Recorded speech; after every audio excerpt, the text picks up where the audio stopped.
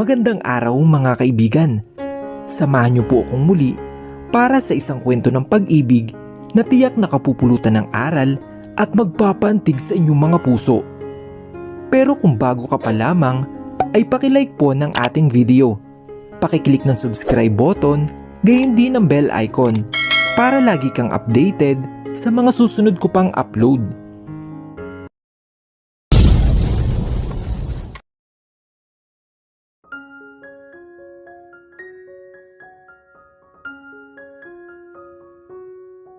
Makalipas ang ilang araw, ay naging normal na ang lahat. Masaya silang namuhay kasama ang buo nilang pamilya. Dala ng sobrang pagod sa buong araw, ay nakatulog na maaga si Keisha. At nagising siya kinagabihan. Pagmulat ng kanyang mga mata, ay nagulat siya nang wala sa tabi niya si Jason.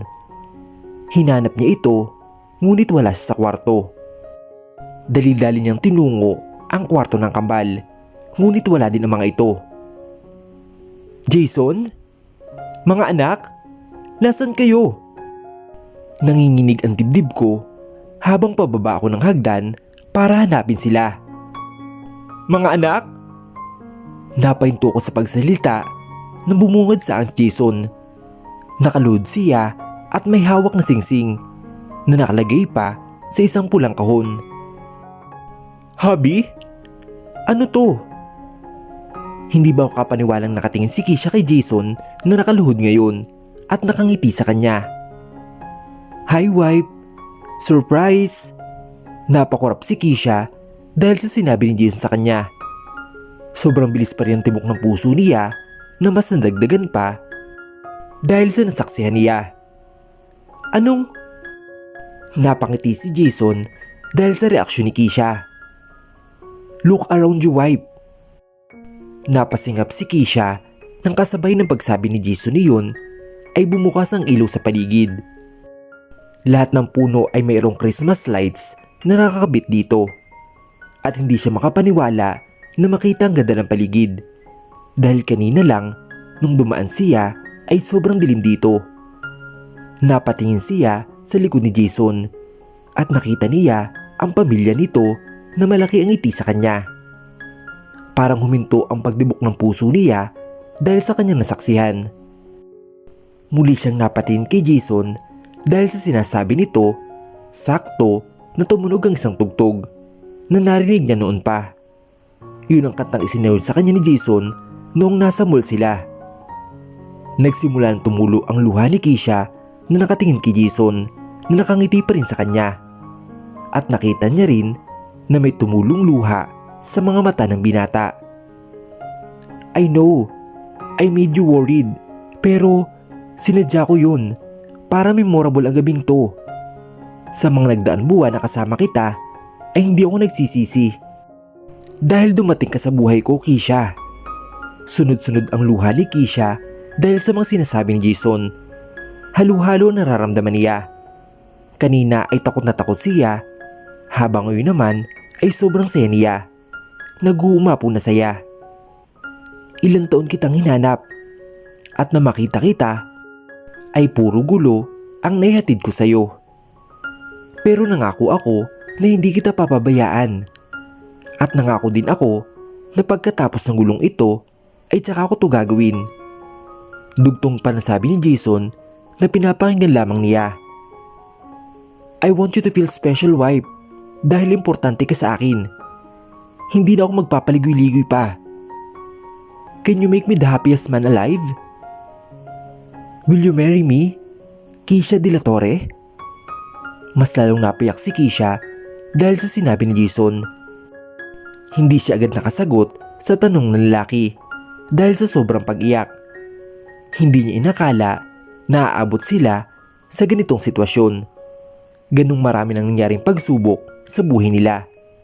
Pero maya-maya ay kaagad siyang lumuhod payakap kay Jason at hinalikan ito. Oo, hubby. Of course. Iyak na sabi ni Keisha na kinatingin naman ni Jason na nag-uumapaw din ang saya na nararamdaman dahil sa pagsagot sa kanya ni Keisha ng oo. Salamat. Salamat wife. Mahal na mahal kita. Naiiyak na sabi ni Jason. I love you too. Hindi na natapos pa ni Keisha ang sasabihin niya dahil sinil agad siya ng madamdaming halik ni Jason. Nagsigawan naman ang mga kasama nila at pinakpakan silang dalawa. Kapwa may mangiti sa labi at karamihan ay umiiyak, lalo na mga kaibigan nila at ang mama at papa nila. Pagkatapos ng napakaraming paghihirap ng dalawa, ito sila at magpapakasal na. Finally, after the rain, there's a rainbow. Congratulations! Napuno ng congrats ang paligid nila. After all the struggles they have been, and now, they are stepping up to a new part of their life as a true husband and wife. I can now finally say that you're my wife. Nakangiting sabi ni Jason kay Keisha habang inilalagay ang engagement ring sa palasingsingan nito. Matapos ang isang matamis na halik na kanilang pinagsaluhan. Engaged pa lang tayo, wala pang kasal. Natatawang sabi ni Keisha. Doon din naman ang punta nun. Iling na sabi ni Jason at pagkatapos ay hinalikan ng noo niya. At tinulungan niyang tumayo si Keisha at nang makatayo sila ay kaagad pinalo ng dalaga si Jason sa kanyang balikat. Aw! Para saan yun? Takang tanong ni Jason. Anong what was that for ka dyan? Pinag-alala mo ako. Alam mo bang halos mamatay ako kanina sa takot? Sabi ni Keisha dito na ikinangiti ni Jason. At pinagsaklop ang dalawa niyang kamay at hinalikan ang kinilalagyan ng engagement ring. I'm so proud of you, wife. Napangiti na lang si Keisha dahil sa sinabi ni Jason. I did? Nakangiti nitong tanong. Yes, you did. Now I know that it might happen again. You'll become a great queen wife. Napakulot naman ang noo ni Keisha. Huwag ka nga magsalita ng ganyan, Habi. Mami! Naputo lang usapan nila nang tumakbong pumunta ang kambal sa kanila at niyakap sila pareho. OMG! Is it wonderful, Mami? Kaming tatlo ni Daddy at Kuyang pumili niyan. Masayang sabi ni Stephanie habang tinitingnan ang daliri niya kung saan nakalagay ang singsing. Talaga, anak? Wow! Ang ganda lang pinili nyo. Good job, guys. Nakangiting sabi ni Keisha sa kanila. Congratulations, Mommy. I'm pretty sure that you'll be the most beautiful bride on your wedding day. Sabi ni Ethan na ikinangiti ng malaki ni Keisha at hinalikan ng pisngi nito. Salamat mga anak. Are you happy that we'll finally be a happy family now? Tanong niya sa dalawa. Opo, Mami. Kahit po madaming problemang dumating sa atin, masaya naman po tayo, di ba?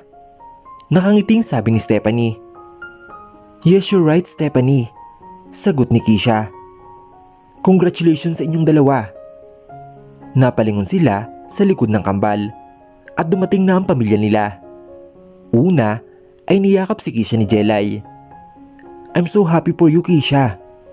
After all these years, ikakasal ka na. Akala ko pa naman, tatanda kang dalaga. Natatawang sabi ni Jelay na kinatawa na lang din niya. Salamat, Jelay. Lalo na at andyan ka parati sa akin. Ikaw ang nakakaalam ng kwento ko. I'm so happy to have a best friend like you. Sus, to naman, ako lang to. Natawa sila pareho dahil sa sinabi ni Jelay. Sumunod namang yumakap sa kanya ay si Alyssa. Congrats, Keisha. Finally, magse-shelter loan ka na rin. Sabi ni Alyssa sa kaniya. Oo nga akalain mo yun? Naalala ko pa, nung palagi niyo akong ginugulo sa office at sinasabihan na lumabas at mag-asawa na. Sabi ni Keisha at masayang inaalala ang mga panahon na ito. Masaya ako at nasubaybayan ko ang love story niyo ni Jason. Keisha, sana wala nang balakid pa sa pagmamahalan yung dalawa. Sana nga, Alyssa. Sana nga. Yo boss, how does it feel? Nakangiting sabi ni Noah at nakipagbrohag dito At sumunod naman sila Lucas. Heaven. Hindi sinabi niya ang salitang yes.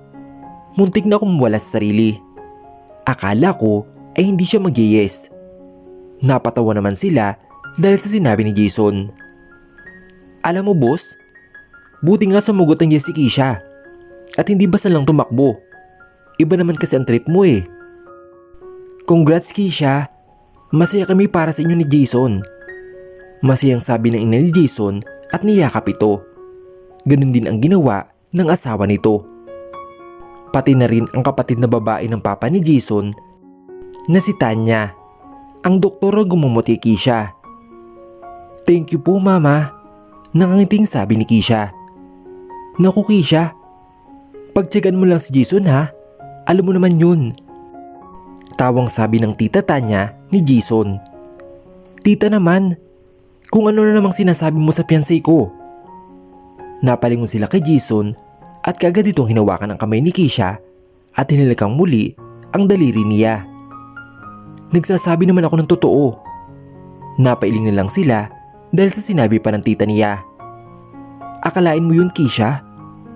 Nung nakarang pagkikita natin, tinatanong pa lang namin kayo kung kailan ang kasal. Nakangiting sabi ng kanyang ama. Ako nga din po. Hindi po ako makapaniwala. Halos mamatay po ako sa takot kanina. Natawa sila dahil sa sinabi ni Keisha.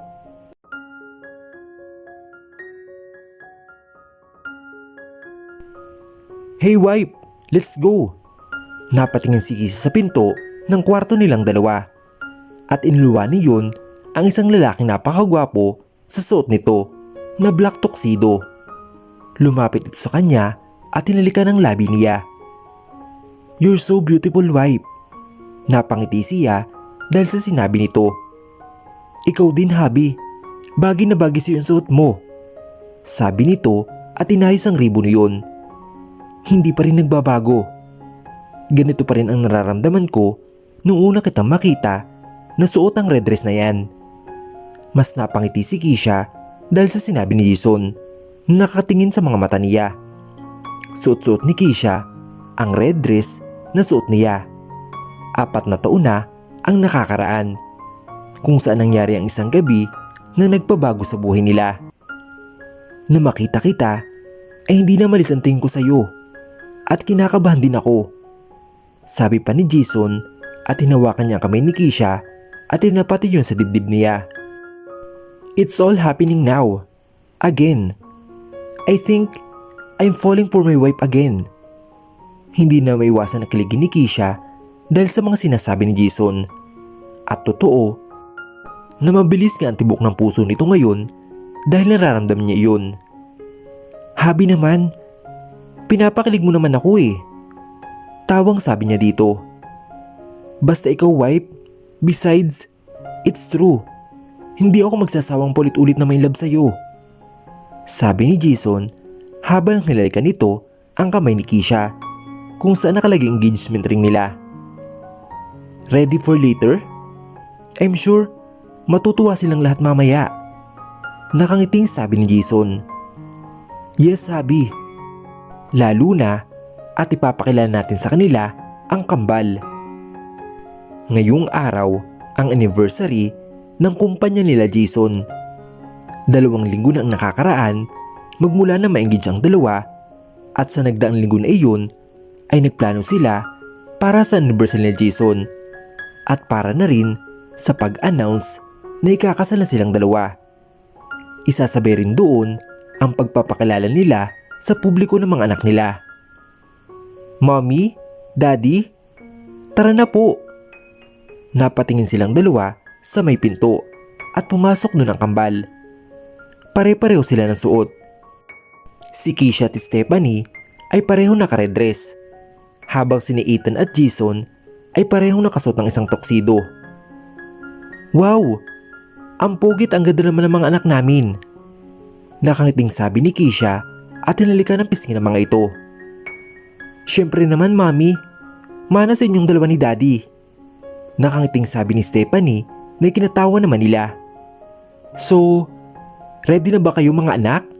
Na makilala ng lahat? Tanong ni Jason at binuhat si Stephanie. Yes, Daddy. Hindi naman po kami kinakabahan. Parang natural lang. Kibit balikat na sabi ni Ethan dito. Wow! Parang binata ng panganay ko ah. That's good to know, Ethan. But don't forget that you're still poor. Pangaral sabi ni Keisha dito na kinapout naman ni Ethan. Mami naman eh. Reklamo naman ni Ethan. Hayaan mo na siya, wipe. Sabi ni Mami, ganyan din daw ako noon. Sabi ni Jason, kaya napailing na lang si Keisha. Tara na. Sigurado naghihintay na sila sa baba. Hinawakan na ni Keisha ang kamay ni Ethan at bumaba na sila. Kumpleto silang lahat doon para sabay-sabay na silang umalis. Naunang umalis ang mga magulang Jason kasama ang mama ni Keisha. Sumunod naman sina Liza at True. Si Jelly at Justin ay magkakahiwalay ang mga kotse na gamit nila. Ando doon din ang mga asawa nila Lucas at Noah. Pati ang mga anak nila at nauna na rin sa venue. At huli sila nang umalis dahil sila ang pinaka-main cast ng event. Don't forget to smile, okay? Sabi ni Keisha nang huminto na sila sa harapan ng red carpet.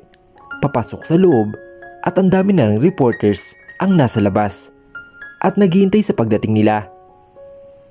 Kilala si Jason na isang bilyonaryo kaya marami ang nakabang sa mga susunod na balita tungkol sa estado ng relasyon nila ni Keisha. Wipe naman. Alam mo namang hindi ako humingiti sa camera. Sabi ni Jason sa kanya. Yeah, I agree with Daddy. Sagot din ni Ethan. Hay naku, kayo talaga mag-ama? Hayaan nyo na. Sige, tara na. Unang bumaba si Jason at sunod-sunod ang flash ng mga kamera sa kanya, lalo na at nagulat ang mga ito. Nakasunod na lumabas sa backseat si Ethan na kamukhang kamukha ni Jason. Pareho silang makikitaan ng walang emosyon. Kaya lalo silang naging magkamukha, partida pa na nakasuot pa sila ng pareho na tuxedo. Umikot ang dalawa sa kaliwang parte ng kotse, kung saan doon nakaupo ang dalawang babae at sabay nila itong binuksan. Kung kanina ay puro flashes lang camera ang makikita, ngayon ay may kasama na ng mga tanong. Nagkakagulo ng mga press na nanggaling pa sa iba't ibang lugar.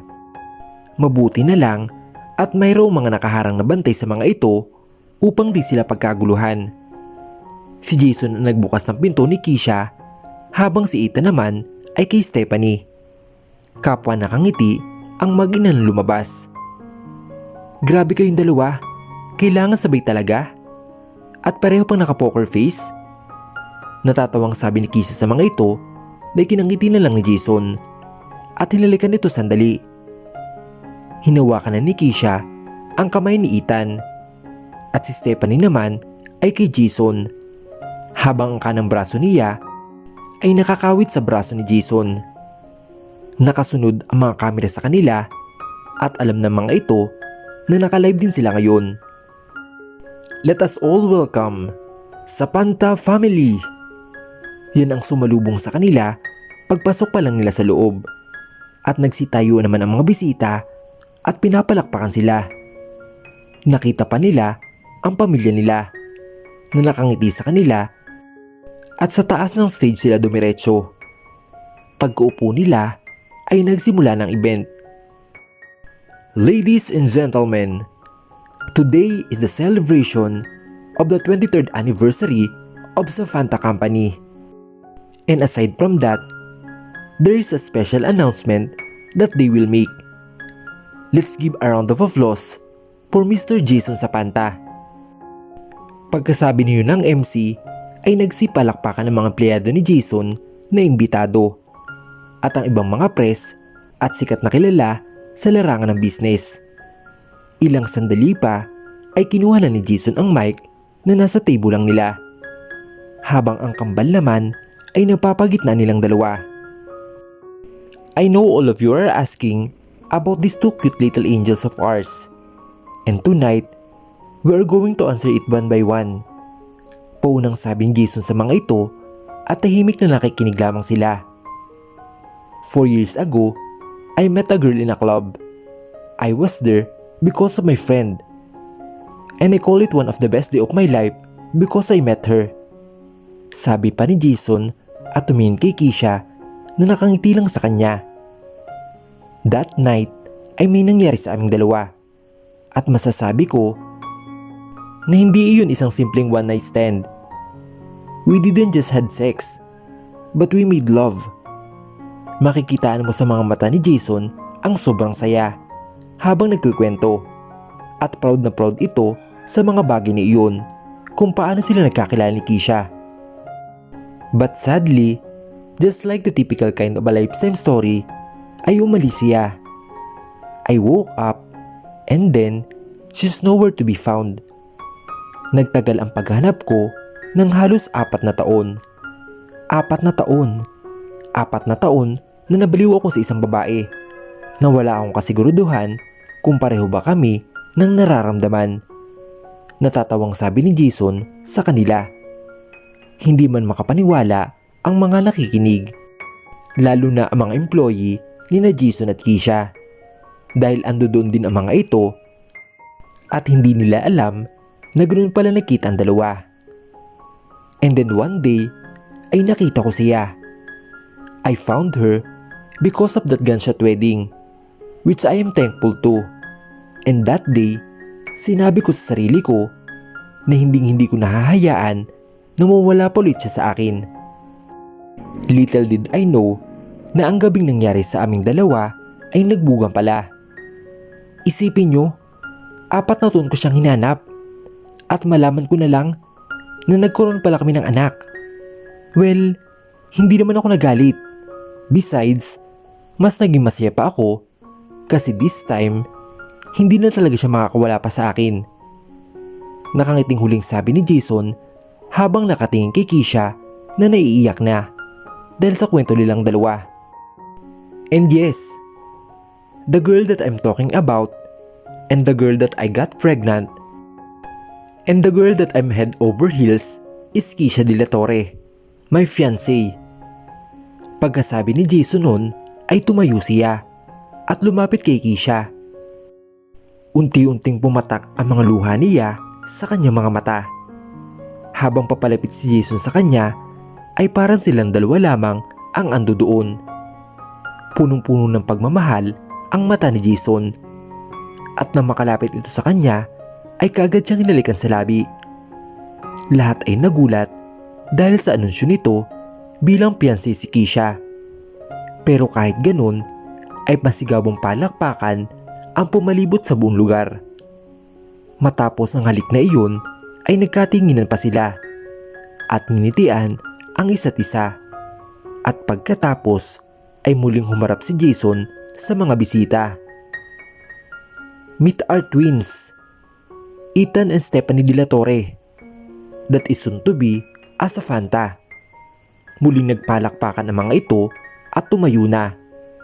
Standing ovation talaga habang nagsigawan naman ang mga employee nilang dalawa na suportado ang mga ito.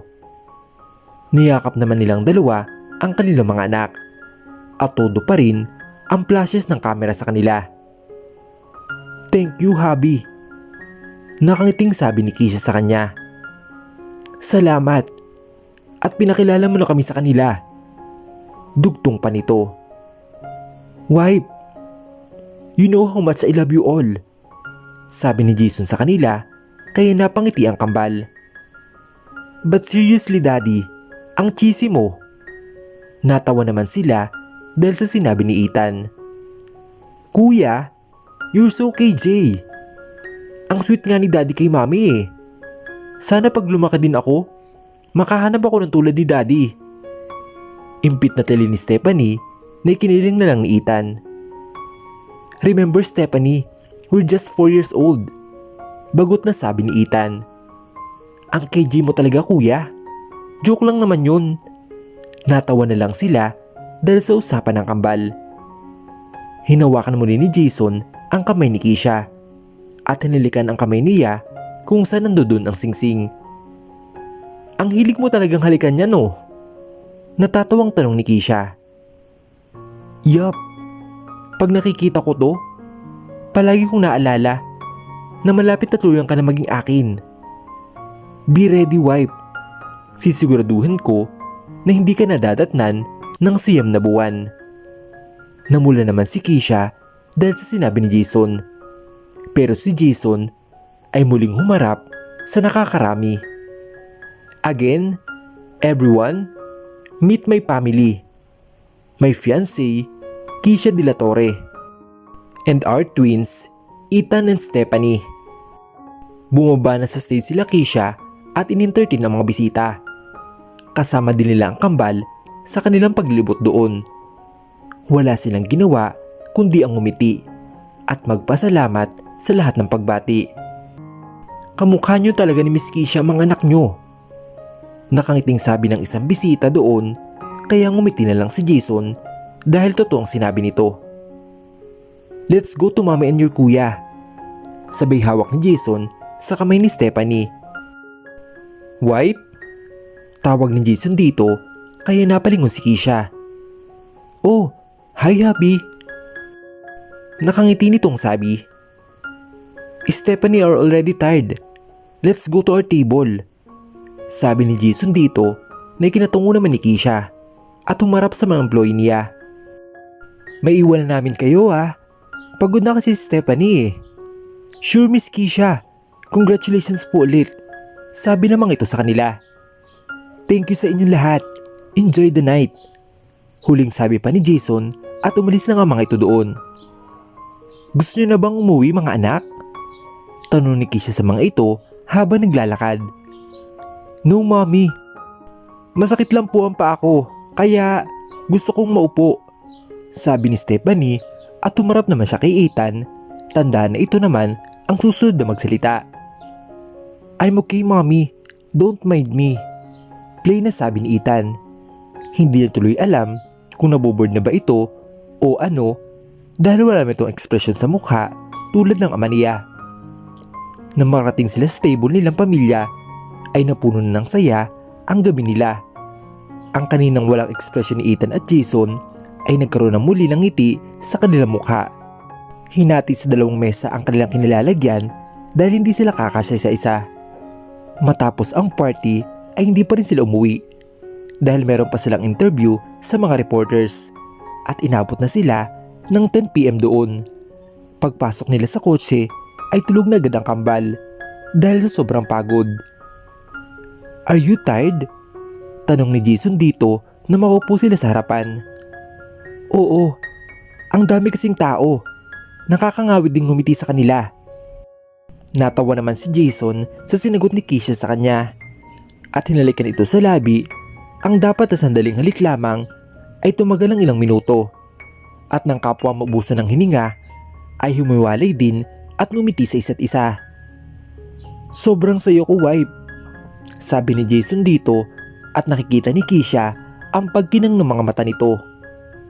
Ako din hubby, hindi pa rin ako makapaniwala na ayos na ang lahat at malapit na tayong ikasal. Hinawakan ni Jason ang kamay ni Keisha na mayroong engagement ring nila at hinalikan uli iyon. Hindi na ako makapaghintay wife, sagot ni Jason dito. Oo nga pala hubby, about sa birthday ng kambal. Malapit na yun, di ba? Anong plano natin? Ako na ang bahala, wife. Paghahanda natin yung dalawa.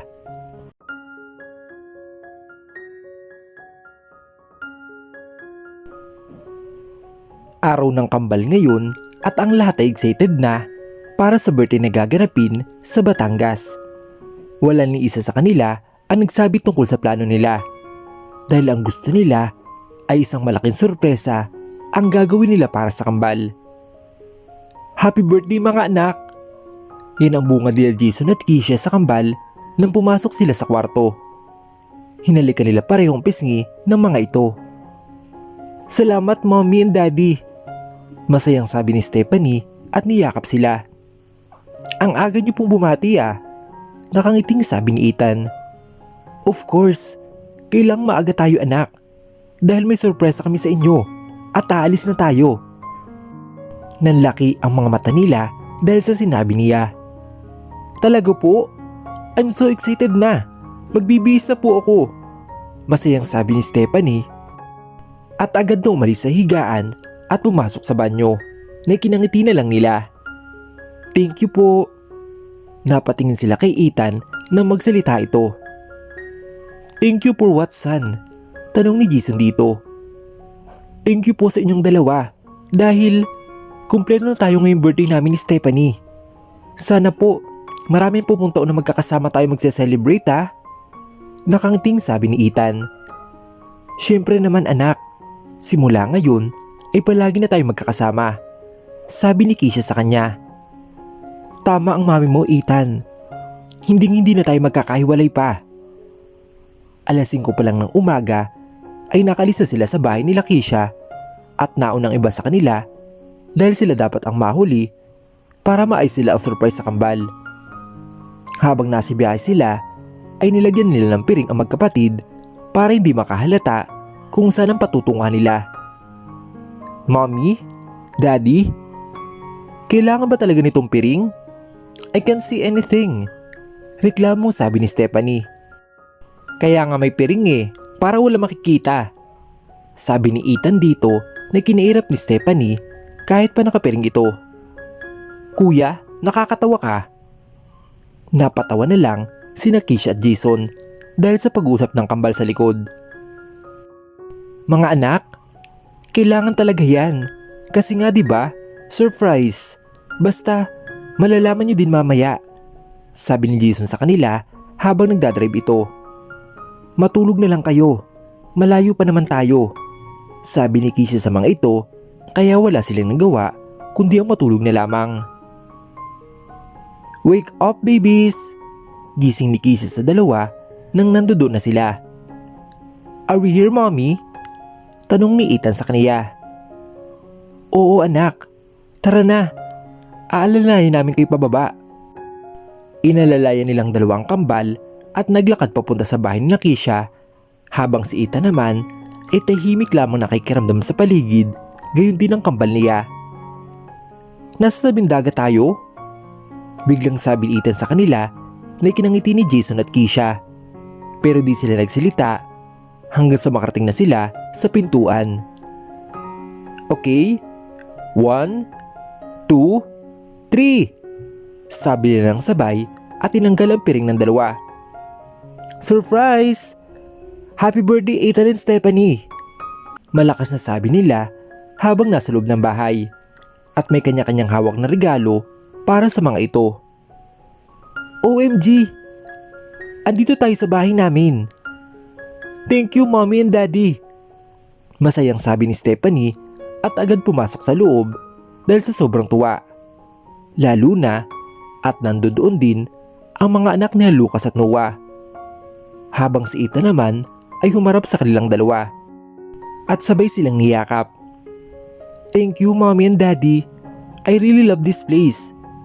Masayang sabi nito kaya lumuhod naman silang dalawa sa harapan niya. We know you do. Gusto namin na palagi kayo nakikitang masaya. Enjoy your day mga anak, okay? Sabi ni Jason. Kaya hinalikan sila ni Ethan sa pisngi. I will.